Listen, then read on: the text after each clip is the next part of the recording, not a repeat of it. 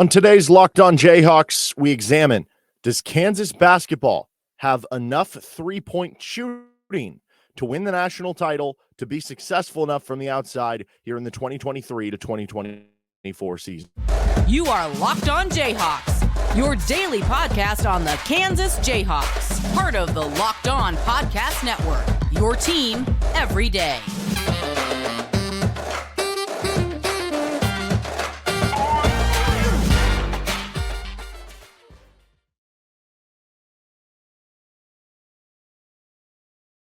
Johnson, you can hear me as well, Monday through Friday from 3 to 6 p.m. on KLWN in Lawrence. Thanks for making Locked On Jayhawks your first listen every day. Thank you to all the everydayers out there. And you can find us wherever you get any of your podcasts. You can also find us, like and subscribe to the show on our YouTube page with Locked On Jayhawks. On today's edition of the show, we are going to be talking some KU basketball. The big, concern or question so far to this point for KU hoops has been, do they have enough three-point shooting, right? You think about the possible, starting 11, DeJuan Timberlake, or if you want to do somebody else, but Nick Timberlake, KJ Adams, Kevin McCullough, and Hunter Dickinson. It's like, well, with DeJuan Harris, we know he can hit set three-point shots at a pretty high rate, but he's not going to be somebody who's shooting a bunch of them per game, and he's not going to be shooting them off, the dribble a ton or screens or something. With Nick Timberlake, that's what he's being brought in to do, but is one guy of that enough, right? Kevin McCullough has been consistently high 20s, low 30s throughout his collegiate career. KJ Adams, maybe you have more of a mid-range game, but I don't know that you're really trusting there's going to be a three-point game this year. And then Hunter Dickinson seems to have a good stroke from the outside, but again, how many is he going to take, right? Is he going to take, because he took just under 2 per game last year. I think the idea is for that to go up to help his pro potential and to help the team, because you need more three-point shooting on this team and stuff. But maybe it's 3 per game. The Morris twins were around 1.5, 2 per game. Perry Ellis, same thing, around 2 per game. You could see it getting up to maybe 3, but the point is, where are the numbers going to come from? And then you look at the bench too, and it's well, I don't know that Marco Jackson profiles to being a great three-point shooter. So you go down the list, and it's where is this team getting the three-point shooting? Not that you feel like they're going to be terrible at it, but is it going to be a strength? Because you think about last year's team ended up being about nationally average in three-point shooting. They were around 33, 34% last year, which it wasn't a problem, but it wasn't really a strength either. And that was with Grady Dick, which you take him off the roster, your best three-point shooter, and then Jalen Wilson was your second best three-point shooter, at least by, kind of volume and stuff like that. What does that mean for this year's team? So do they have enough three-point shooting? Well, first thing I want to start with is the past title winners. What do you need to be able to win a national title from three-point range?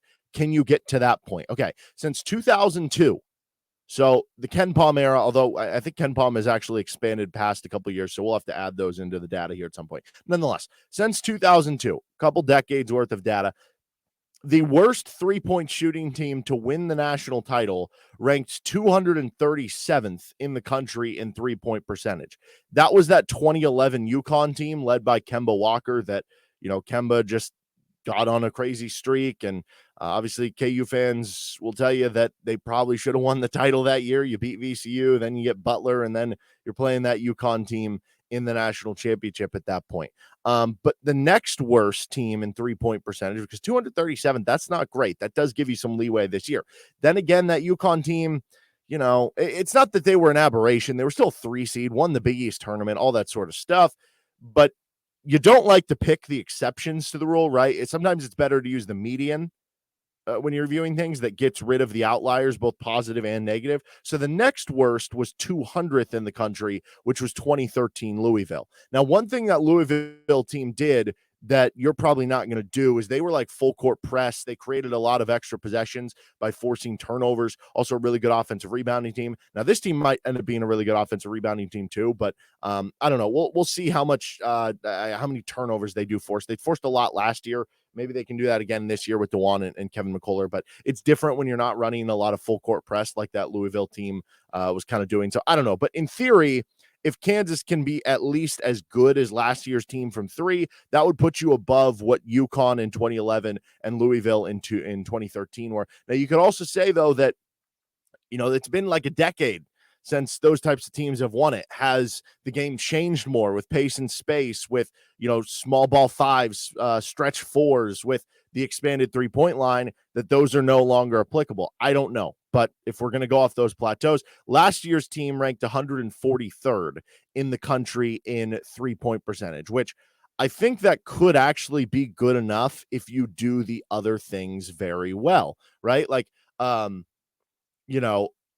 it's get a bunch of, or get a good amount of offensive. If you're not going to shoot well, get offensive rebounds, play really good defense, right? Like, even the 2020 team for Kansas that was going to be the number one overall seed and be the favorite to win the national title with the tournament, that team wasn't a great 3-point shooting team. It was about average, but they were really good at rebounding on both ends. They were elite defensively, and they were really good at 2-point shots. So you make up for it in other ways. There isn't just one way to skin a cat. It's not you have to do this, you have to do that, you have to do this. There are like bare minimums, though, where it's like you have to at least be decent at this. Otherwise, they're just going to clog the paint or do this or that, right? So there are certain levels to this. Now, maybe threes, like I said, if you want to look at the last 5 national championships to the idea of them mattering more, all of the last 5 national champions were top C5 in the country in 3-point percentage. The 2017 North Carolina team, which would be, if you go back one more year, so the last 6 national champions, was 148th. So realistically, you want to be in the range of what's more often, because 16 of the last 21 national champions, so about 3 of the last 4 national champions, were top 65 in 3-point percentage in the year they won the title. So there's a couple ways of looking at this. There's the way of looking at it of saying, oh, you just need to clear Louisville and Connecticut. There's the next way of looking at it, which is like, well, what if we just clear North Carolina, which was 148th in 2017? That's recent enough, right? And then there's the other way of looking at it, where it's like, if you want the best chance to win a title, you probably want to fall in the bucket of where 3 of every of the last 4 national champions has been in, which is top 65 in the country in 3-point percentage. So really there's 2 buckets here. Bucket 1, KU is elite on defense. They're elite on 2-point offense. They do little things well, like they turn opponents over and they don't turn it over too much while being solid on both the offensive and defensive glass. And then if you're average from 3, that's all good. Like that was that 2017 North Carolina team. They weren't very good from 3, but that was an elite rebounding team on both ends. They defended well. They shot 2s well, right? And that's actually, I will say, like that actually can be a real scenario for this team, because you think of having DeJuan Harris and all these ball handlers. You should be good at avoiding turnovers. DeJuan Harris, Kevin McCullough, you should be good at forcing turnovers at the other end. If you're going to play, KJ Adams next to Hunter Dickinson and Kevin McCullough, who's going to rebounder at the 3, that should be a good rebounding team, right? Like you should be able to do all those things well. You should be able to have a good defense. You should be able to have a good 2-point offense with Hunter Dickinson and players who are good at cutting and driving. Like KJ is a good driver. Kevin's a good cutter and a good driver, right? So you should actually be able to do all those things that maybe you can weather the storm if you're more in that, top 150 range from 3-point range. The issue, though, is it gives you less margin for error, which you never want to have. So it's not that it would eliminate them winning the title if they're 138th in the country in 3-point percentage. It just makes it so that margin for error on those other things becomes more prevalent. So that's bucket 1. Bucket 2 is where most teams have been. You are in the top 65 in 3-point percentage in the country, which means typically about 36.3%, 36%, if we just want to round it off, or higher. Be 36% or higher from 3 in a given year, and it gives you more margin for error in that. What if you're only average in avoiding turnovers? What if you're only average in forcing turnovers? What if you're only average at rebounding as opposed to elite, or at 2-point shooting, right? It gives you more margin for error that you'd have to be great at everything else, basically. So that's the importance of that, which means there's kind of 2 benchmarks here that we're going to discuss and go into. There's going to be a lot of numbers that I'm going to be tossing around, so I apologize if there's some number salad coming at you. Just bear with me. Basically, there's 2 benchmarks. Benchmark for bucket 1 is shooting about 34.5% from 3, which gets you in line with bucket 1. Do other things well, and then you'll be good enough from 3. And then bucket 2 includes shooting 36% or better from 3. Either way, though, the floor, you need to get to probably at least 34%. Let's discuss how you're going to get there, how you're going to even get up 23s per game. That's what you averaged last year. You can average more, you can average less. We'll talk about that coming up. First, though, this episode of the show is brought to you by eMotors. For a team, it's all about making sure every player is a perfect fit. It's the same when it comes to your vehicle. Every part needs to fit just right. So the next time you need parts and accessories, head to eBay Motors. With eBay Guaranteed Fit, you can be sure every part you need fits right the first time around. Just add your ride to My Garage for the green check to know the part is going to fit, or your money back. Because just like in sports, confidence in the name of the game when you shop on eBay Motors is there.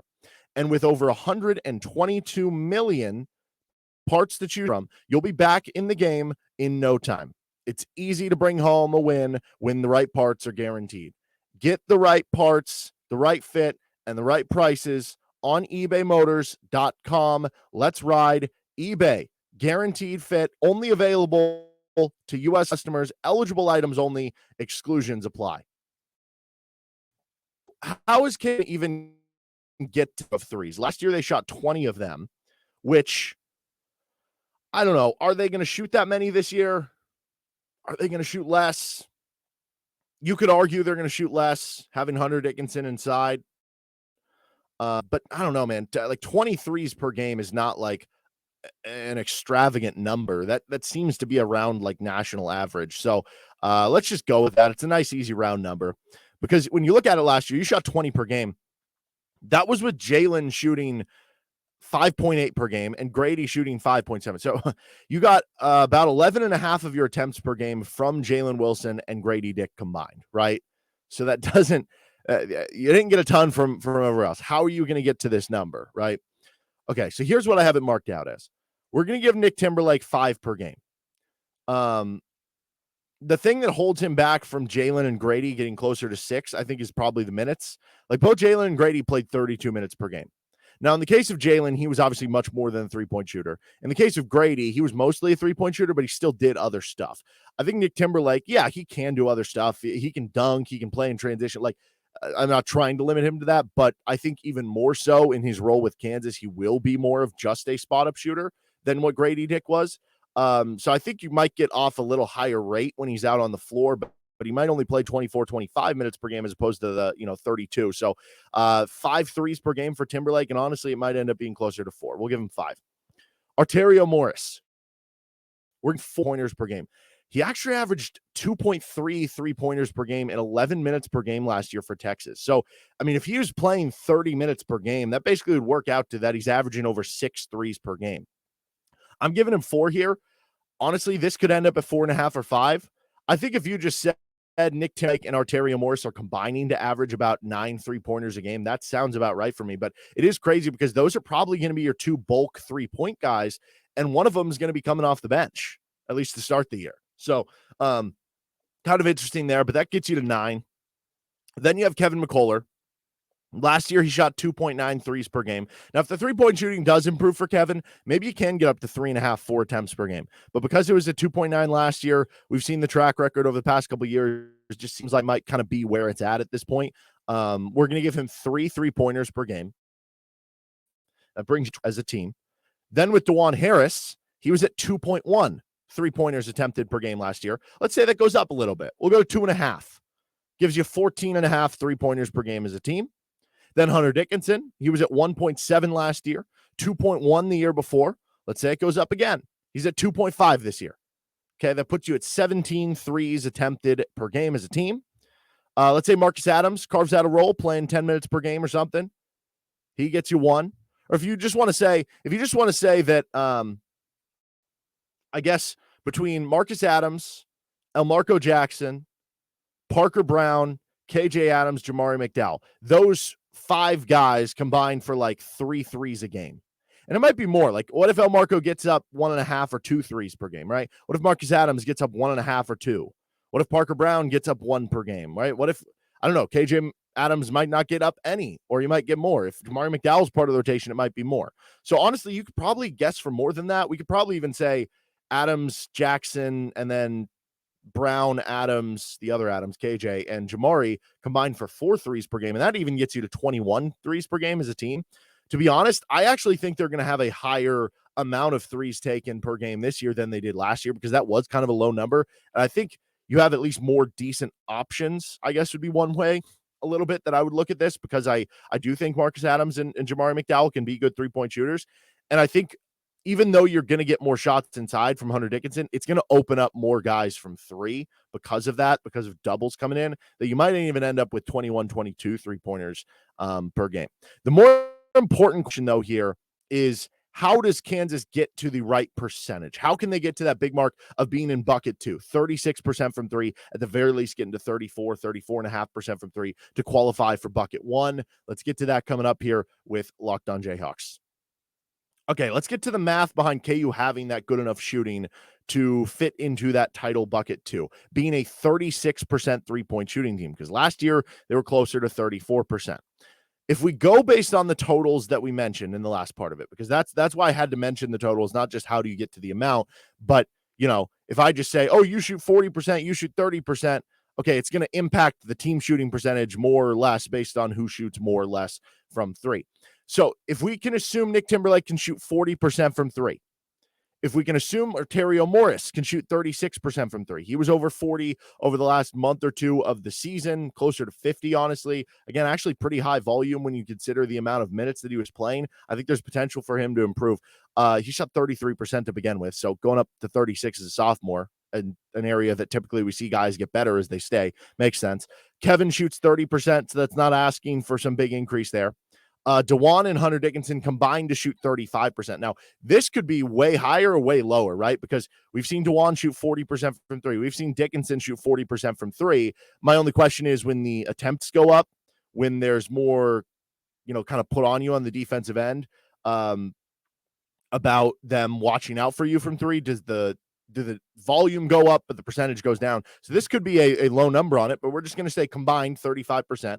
And then the combination of Marcus Adams, Amarco Jackson, Parker Brown, KJ Adams, Jamari McDowell go on to shoot 30% from 3, which is not a high number. None of those numbers, right, like sound that crazy, right? Like Nick Timberlake, maybe you'd be like, it's probably better to assume he'll shoot 37, 38. With Arterio Morris, maybe better to assume 34, 35, right? But again, I could say, what if Kevin shoots 32? What if DeJuan and Dickinson combine to shoot 38? What if that collection of those 5 players that I mentioned shoots 33 instead of 30, right? Those are all reasonable numbers. So based on those numbers that I gave out, on the exact numbers per game that we gave every player, that would equate to, as a team, KU shooting 34.95% from 3, which gets you above the first bucket and at least into that range of, if we do the other things well, we can win a title with this 3-point shooting. Which means you don't need that much of a bump either to get into bucket 2, which is the bucket of 36% from 3 and being top 65 nationally and being in that range of 16 of the last 21 national champions. So all you got to do is, you know, bump up a few guys, right? Like, could Arterio Morris shoot 37, 38% from 3? I don't think that's crazy. Could Kevin McCullough shoot 33 to 34% from 3? Not crazy either. Could DeJuan Harris and Hunter Dickinson get to high 30% from 3 collectively? Yeah, of course. Can the other bunch get from 30% to 34%? Yeah, of course. All those could be possible. And I think really the one that I highlight is Kevin. If he shoots his career average, KU, like, that's who this comes down to me. If Kevin McCullough shoots at his career average, about 29, 30% from 3, it's probably more likely that KU is going to be closer to being that 34.5% 3-point shooting team, that kind of nationally average 3-point shooting team, which can be enough to win the title, but gives you a smaller margin for error. But if Kevin can grow his game from 3-point range, which would be huge for his pro potential as well, that could be maybe the biggest way, because he could even shoot another 3 per game. It could be up to 33, 34% from 3. For KU to be a top 65 3-point shooting team, and the difference there from where they were last year or where they could be projected now is a lot closer than you might think. So, for instance, in this equation, if we just go back and Kevin goes from, we keep everyone the same. Timberlake's still at 40. Arterio still at 36. The combination of those 5 players still at 30%. The combination of Dickinson and DeJuan still at 35%. If we keep all those numbers the same, but move Kevin McCullough from 30% to just 33% from 3, Kansas goes up to about 35.5% as a team, which almost gets you there on its own. So to kind of summarize this, I think Kansas should actually be able to at least get to last season's numbers easier than I thought. And there's definitely I think that's the difference here. The floor of this year's team is probably lower from 3. Like what if, none of this works from 3, right? Because some of those could be optimistic views. The floor could be lower from 3, which is scary. But I think the avenue to getting to 35 to 36% from 3 as a team is also a lot easier than I would have thought going into this. To which I'll say I don't view this as a great 3-point shooting team, but it's pretty clear to me that they have a lot more than you might have expected.